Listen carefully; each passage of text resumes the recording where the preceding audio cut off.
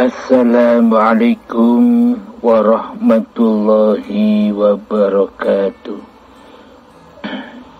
Bismillahirrahmanirrahim. Ashhadu an la ilaha illallah wa ashhadu anna Muhammadar Rasulullah. Allahumma salli ala Sayyidina Muhammad wa ala ali Sayyidina Muhammad. Rabbi shrah li sadri wa yassir li amri wahlul 'uqdatam min lisani yafqahu qawli. Amin.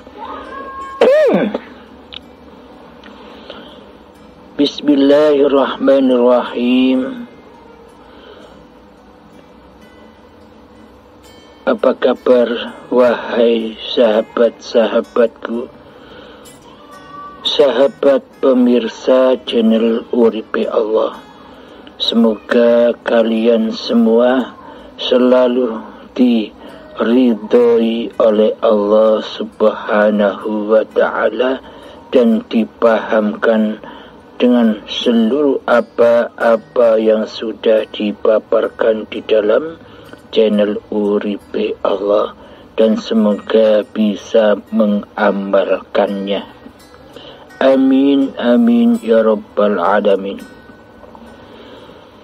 Kali ini kami akan mengkaji sifat wajibnya Allah yang nomor 3, yakni yang pertama wujud, yang kedua qidam, dan yang ketiga sifat baqo.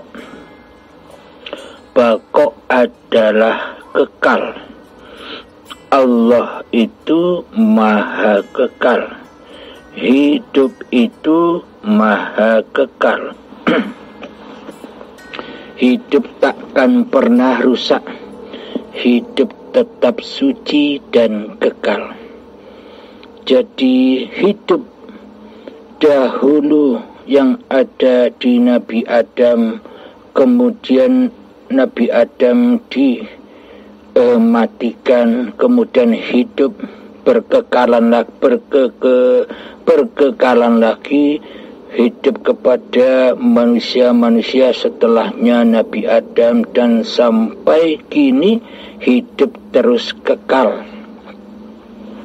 Yang fana, yang rusak, yang dihidupi, yakni manusia dan makhluk yang dihidupi oleh Allah itulah yang rusak, yang fana. Akan tetapi Allah maha kekal. Jadi hidup yang ada pada nenek moyang kita dahulu, hidup yang ada pada kakek nenek kita dahulu, hidup yang ada pada kedua orang tua kita, hidup yang ada pada diri kita, hidup yang ada pada anak-anak kita, cucu-cucu kita, cicit-cicit kita, dan hidup yang ada pada manusia mendatang nanti, itu hidupnya Allah. Hidup akan terus kekal. Jadi yang fana, yang rusak itu yang dihidupi, yang diciptakan. Casing-casingnya lah yang bersifat rusak, yang bersifat fana. Hidup tetaplah kekal, karena hidup itulah yang laisa kamislihi syai'un. Hidup tidak seperti apa-apa, dan hiduplah yang tidak seperti siapa-siapa. Akan tetapi wujudnya hidup, tanda bukti wujudnya hidup adalah terciptanya apa-apa dan terciptanya siapa-siapa. Alhamdulillahirabbil alamin. Jadi yang kekal itu siapa? Hidup. Nah, coba cek hati kita selama ini. Selama ini kita bertuhan dan beragama kan hanya dalam versi kemanusiaannya saja. dohir-dohirnya saja, jasad-jasadnya saja.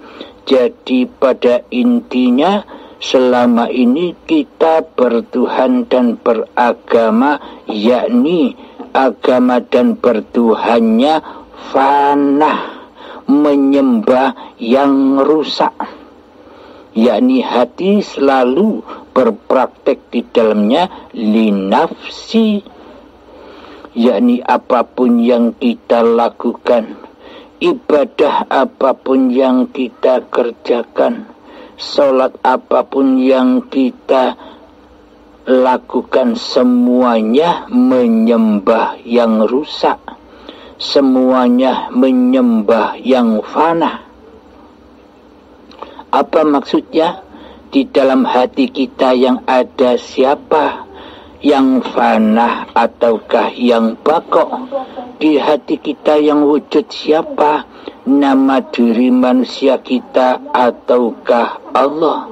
Inilah bukti bahwa selama ini beragama dan bertuhan kita menyembah yang fana, yakni di dalam hati kita selama ini mentuhani hidup dan badan ini sebagai pelaku di dalam seluruh kegiatan-kegiatannya badan. Kita selama ini hanya menyaksikan badan-badanlah yang seolah-olah berkuasa atas segala tindak lakunya badan. Kita selama ini luput menyaksikan hidup yang berkuasa atas badan.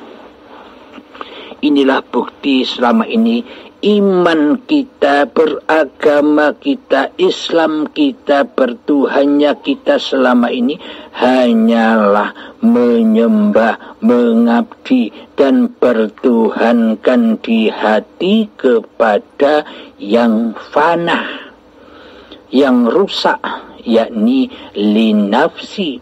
Diri manusia kita sendirilah yang jadi penguasa dan Tuhan di dalamnya. Sementara yang bakok, sementara hidup kita abaikan di dalam segala tindak lakunya badan. Seolah-olah badan ini bisa berkuasa sendiri, seolah-olah badan ini bisa bekerja sendiri, seolah-olah badan ini bisa sholat sendiri, seolah-olah badan ini bisa ibadah sendiri, seolah-olah badan ini bisa bersedekah sendiri. Jika tanpa Allah, jika tanpa hidup, apakah badan bisa berapa-apa dan bisa bersiapa-siapa? Nah, inilah yang luput selama ini dari pandangan hati kita selama ini. Kita luput dari yang bakok, yakni luput dari hayatullah, luput dari menyaksikan hayatullah yang bakok, yang kekal, yakni selama ini kita tidak menyembah dan mengabdi kepada yang kekal. Kita di dalam hati kita selama ini hanya mengabdi dan menyembah kepada yang fana, yang rusak, yang hancur, yakni badan-badan inilah yang kita pertuhankan selama ini.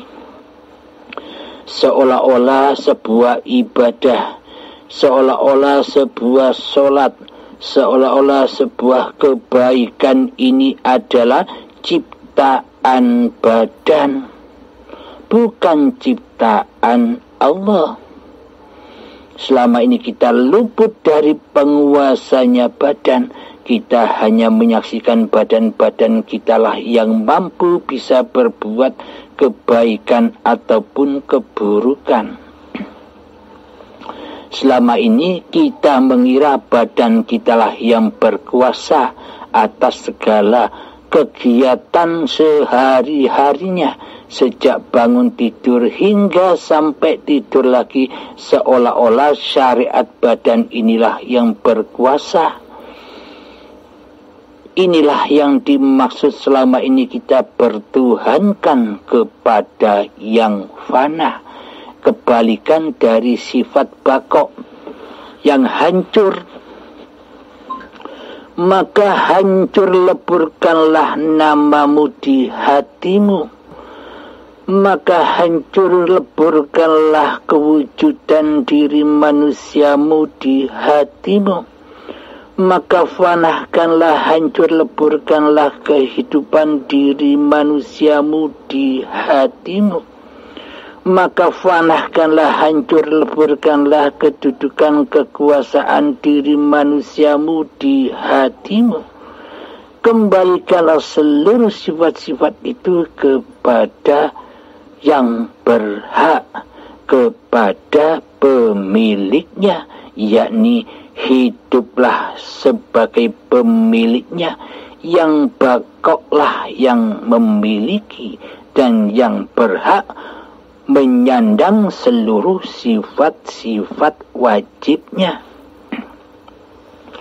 Selama ini kitalah sebagai penyandang sifat wajibnya Allah, seolah-olah sifat wajibnya Allah itu sebagai sifat diri manusianya. Nah, inilah kita yang selama ini tidak kita sadari. Kita seolah-olah menjadi Allah, kita seolah-olah menjadi Tuhan ketika kita belum mengenal Allah selama ini, tapi tidak terasa, tapi tidak disadarinya bahwa selama ini kitalah yang mentuhani kehidupan ini. Inilah alam dunia yang fana, alam yang hancur. Jadi ketika di dalam hati kita, kewujudan di dalam hati kita, kekuasaan di dalam singgasananya hati, bila selama ini masih kita akui sebagai manusianya lah yang merasa sebagai pemilik hidup dan badan ini, maka apapun yang dikerjakan, apapun yang diamalkan, baik itu sholat, puasa, ibadah, seluruhnya di dalam kefanahan, seluruhnya di dalam kehancuran, seluruhnya di dalam kerusakan. Karena di dalam hati yang jadi Tuhan bukan Allah, tapi diri kita yang fana ini.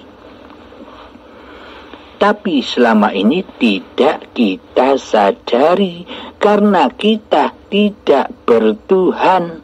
Yang ada di dalam hati kita hanyalah Tuhan hawa nafsu kita sendiri. Inilah bukti nyata bahwa selama ini kita bertuhan kepada yang fana, yang rusak, yang hancur, yakni kewujudan kehidupan diri manusia kita di hati kita, yang selama ini mentuhani di dalam seluruh gerak lakunya badan, baik di dalam ibadah ataupun di dalam sholat dan sebagainya. Semuanya praktek hatinya pasti linafsi. Kerjaanku hamba, sholatku hamba, ibadahku hamba. Inilah bukti bahwa selama ini kita menyimpang, iman akidah kita menyimpang dari Allah, dari ajaran Allah yang dibawa oleh Kanjeng Nabi Muhammad sallallahu alaihi wasallam, agar hati selalu kembali kepada lillahi ta'ala di dalam seluruh niatan-niatan ibadah dan sholat.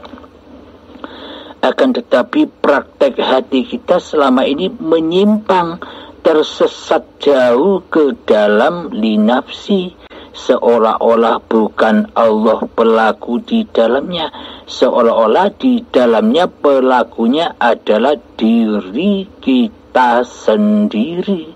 Inilah bukti bahwa selama ini kita menyembah yang fana, menyembah diri kita sendiri yang rusak ini. Jadi sembahlah yang bako, jadi sembahlah Allah. Nyatakan di dalam hati kita bahwa nama diri manusia kita tak berhak menguasai nyawa, menguasai hati, menguasai jiwa, menguasai roh, menguasai hidup. Bukan nama kita sebagai pemilik di dalamnya. Hapus semua nama kita itu, goibkan, tiadakan, kembalikan ke asalnya. Fanahkan nama-nama diri manusia kita.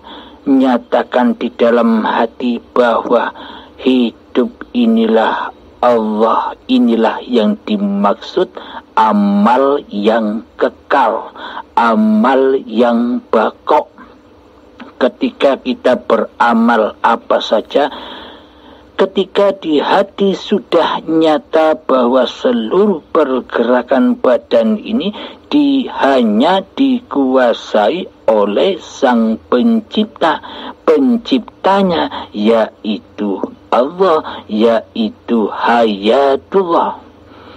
Jadi ayatnya, wallahu khalaqakum wa ma ta'malun. Sesungguhnya Allah lah pencipta diri manusiamu, dan sesungguhnya Allah pula lah yang menciptakan seluruh apa yang kamu perbuat. Nah, inilah yang dimaksud amal yang bako, amal yang kekal. Bila di dalam hati sudah tidak ada kewujudan nama diri manusianya yang berkuasa atas hati, maka kembalilah nama-nama itu, maka kembalilah hidup ini miliknya Allah. Inilah yang dimaksud laku kekal. Inilah laku yang bako. Jadi inilah yang dimaksud amal yang soleh, yakni yang terjadi di dalam seluruh af'alnya badan ini adalah af'alullah. Inilah maksud amal yang soleh, amal yang pasti diterima oleh Allah. Bagaimana mungkin Allah tidak menerima af'alnya sendiri?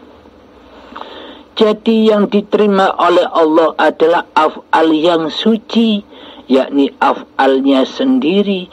Ketika di dalam hati sudah tiada wujud lagi, sudah tiada hidup lagi, sudah tiada kuasa lagi hambanya.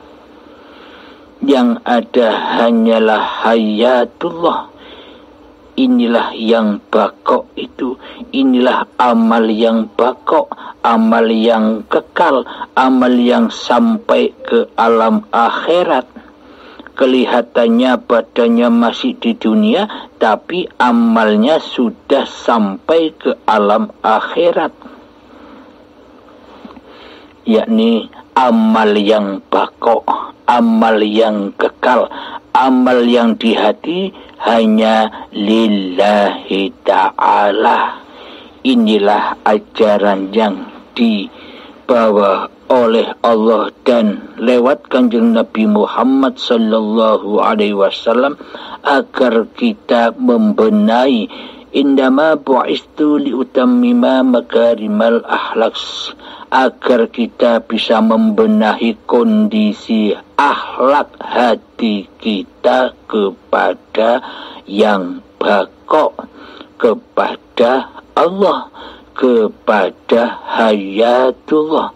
Jadi saksikanlah Hayatullah lah yang mentindaklanjukan badan-badan ini, yang mengutus badan-badan ini untuk berkegiatan di dalam sehari-harinya. Sejak bangun tidur sampai tidur kembali, bakokkanlah amal-amal kita, bakokkanlah syariat-syariatnya badan ini, lillahkanlah syariat-syariat ini, jangan pernah engkau akui sebagai syariat diri manusiamu. Inilah yang dimaksud amal yang bakok, yakni af'alullah. Jadi ketika masih diri manusia kita yang wujud, yang hidup, yang berkuasa di hati untuk beramal, berarti amalnya akan fana, akan rusak menjadi racun yang meracuni diri manusianya. Alhamdulillahirabbil alamin. Semoga keterangan sifat yang ketiga, sifat bakoknya Allah, yang sifat bakok artinya kekal, ini semoga bermanfaat khususnya buat saya pribadi dan umumnya buat kita semua. Semoga Allah selalu memahamkan hati kita semua. Semoga Allah selalu meridhoi dan selalu menjaga hati kita agar senantiasa kembali kepada yang bakok, kembali kepada Allah, selalu menyaksikan hidup inilah Allah. Jangan saksikan hidup manusiamu. Inilah kembali kepada alam yang fana, alam yang rusak, alam yang kehancuran. Semoga kita selalu diridhoi oleh Allah Subhanahu wa ta'ala, dan semoga kalian semua diberi kesehatan oleh Allah Subhanahu wa ta'ala dan diberikan rezeki yang barokah. Alhamdulillahirabbil alamin. Akhiru kalam. Assalamualaikum warahmatullahi wabarakatuh.